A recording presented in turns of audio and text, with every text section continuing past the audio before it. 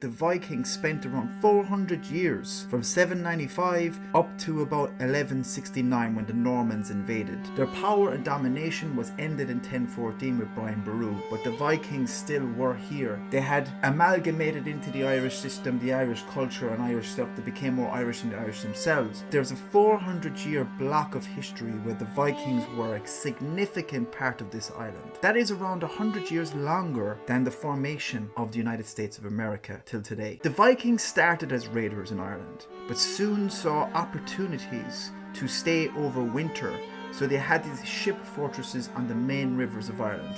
All our cities were started by Vikings.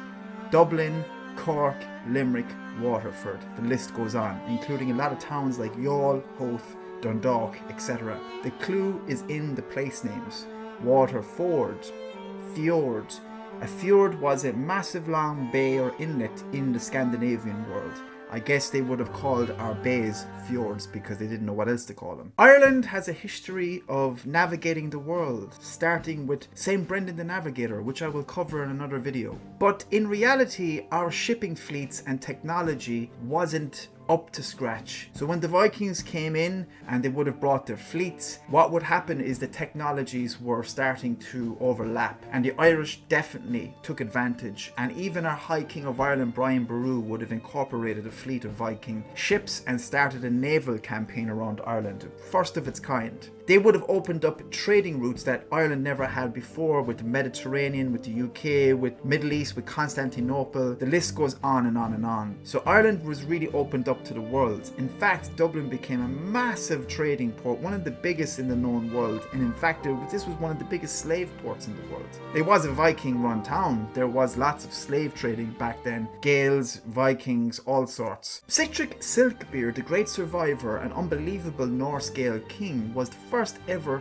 Viking to mint a coin and start currency as a form of trade in Ireland. Those coins, or some of them, are available to see in an exhibition in the Irish National Museum of Ireland. It's in Dublin. I've been to see them. I've saw the coins. It's amazing. First ever currency in Ireland started by the Vikings. There was many famous battles with the Vikings and the Irish. Massive romantic stories, violent stories, power plays, alliances, enemies. There was a vast array of these stories, and it all culminated in one of the most extraordinary battles of all time, never mind in Ireland. It's the biggest battle in Ireland, 50 years before the Battle of Hastings at the Battle of Clontarf. Thousands of Vikings coming onto the shores of Ireland basically to take power of Ireland, and Ireland could have been a lot different than what it is now.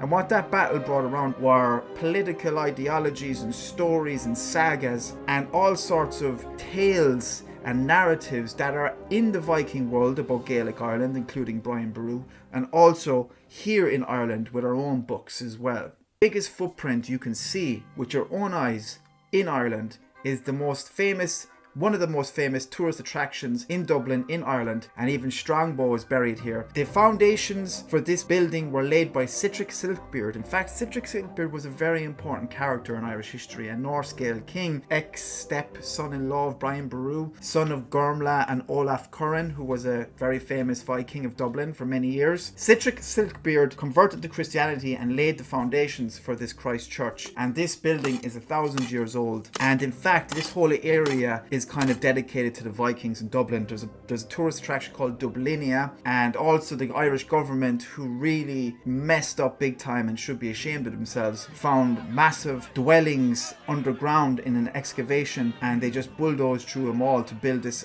extraordinary mess of a building. Dublin City Council